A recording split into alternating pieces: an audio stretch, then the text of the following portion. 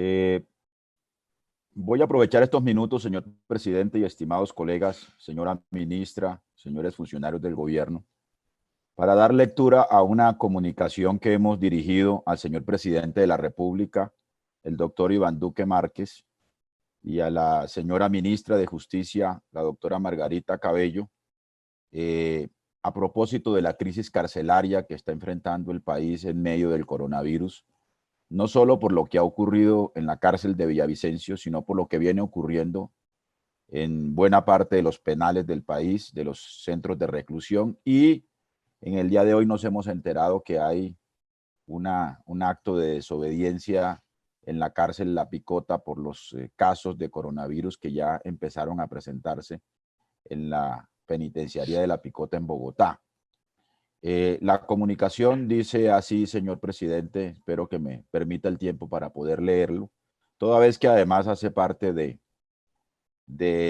el motivo de la citación del día de hoy de la Comisión Segunda con la presencia de la señora ministra.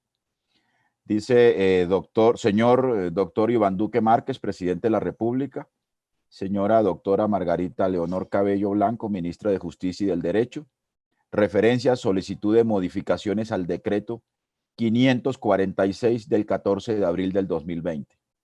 Señor presidente y señora ministra de Justicia, en nuestra calidad de integrantes de la Comisión Segunda Constitucional Permanente, esta carta la firmamos el senador Iván Cepeda y yo, y de la Comisión Accidental de Paz del Senado de la República, acudimos ante ustedes para solicitar formalmente modificaciones a lo dispuesto en el decreto 546 del 14 de abril del 2020.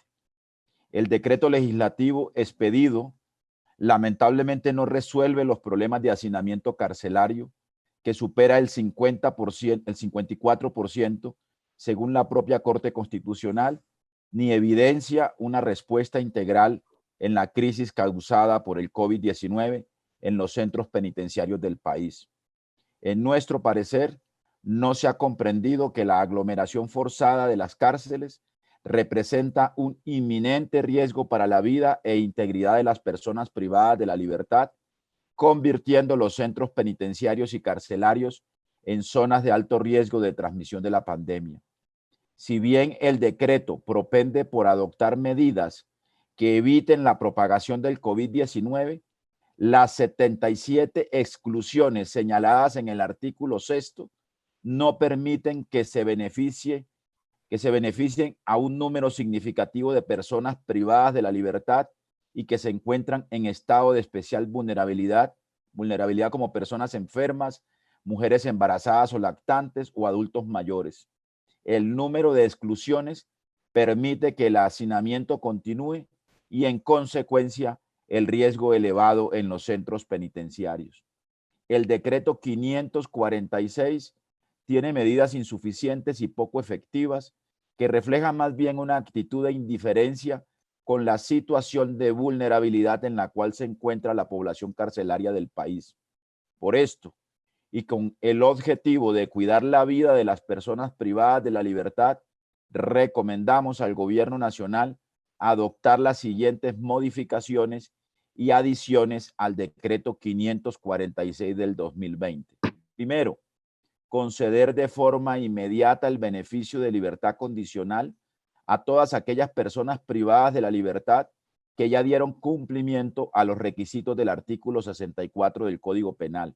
Segundo, conceder de forma inmediata el beneficio de prisión domiciliaria a todas aquellas personas privadas de la libertad que cumplan con los requisitos dispuestos en el artículo 38b del Código Penal.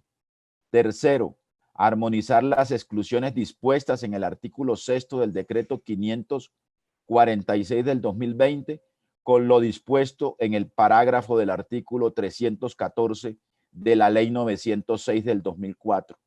Cuarto, se adopten medidas transitorias para todas aquellas personas privadas de la libertad que no pueden acreditar el requisito de arraigo familiar y social dispuesto en el artículo 38b y 64 del Código Penal, pero que cumplen con los demás postulados para acceder a las medidas de libertad condicional y o prisión domiciliaria. Quinto, se excluya de lo dispuesto en el parágrafo primero del artículo 6º a los excombatientes de las FARC firmantes del acuerdo de paz, otorgándoles el beneficio de prisión domiciliaria para que estos continúen cumpliendo sus penas en los espacios territoriales de capacitación y reincorporación. Sexto, realizar tratamiento diferenciado para las personas privadas de la libertad que sean diagnosticadas por COVID-19, con objetivo de que éstas sean trasladadas a lugares e instalaciones de salud aptas para su tratamiento y se dispongan de medidas para que puedan acceder a la detención o prisión transitoria conforme a los requerimientos médicos. Séptimo, se distinga en el decreto las medidas y tratamiento diferencial que tendrían los sindicados y condenados. 8. Atender el llamado realizado por la UNICEF para la liberación de los menores de edad detenidos que puedan regresar con seguridad a sus familias u ofrecer alternativas apropiadas para que estos sean trasladados a lugares seguros. Noveno, se efectúen modificaciones a los procedimientos dispuestos para solicitar la sustitución de las medidas, toda vez que los procedimientos establecidos en el capítulo 2 del decreto no permiten la aplicación de estas en términos de pandemia. Las solicitudes solo congestionarán los despachos judiciales. No se evidencia un trámite eficiente. Es necesario su flexibilización para lograr cuanto antes que las personas privadas de la libertad puedan sustituir su medida. Estamos en estado de emergencia. La actuación del Estado debe ser en las mismas condiciones, de forma urgente y evitando establecer trámites que dificulten el acceso a las medidas dispuestas en el decreto. Adicional a ello, solicitamos que de forma urgente y prioritaria se disponga de todas las medidas de aislamiento social y atención en salud necesarias para garantizar la dignidad humana, la vida y la salud de las personas privadas de la libertad y de los trabajadores del sector, guardias, personal administrativo, de oficios varios y demás.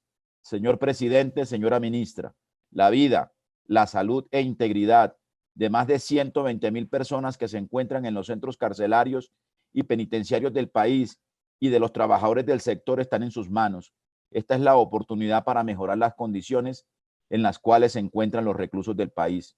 La situación no da más espera, hay que actuar. No esperemos que el número de muertos en las cárceles del país aumenten.